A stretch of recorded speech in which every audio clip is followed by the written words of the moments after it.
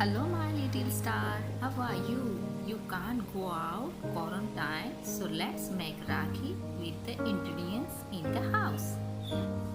Today, no story, no rhymes. I am going to show you how to make Rakhi in a simple way. Ingredients for making Rakhi: any kind of lace, srikhanda, tomato ketchup, Monaco biscuit, cashew nut. First, cut the lace as much as you want. Then put a little srikhanda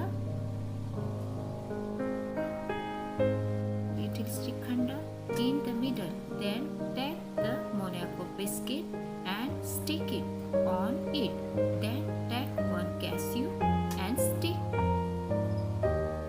Then ketchup used to take out two eyes. Rakhi is ready. Make this Rakhi at home.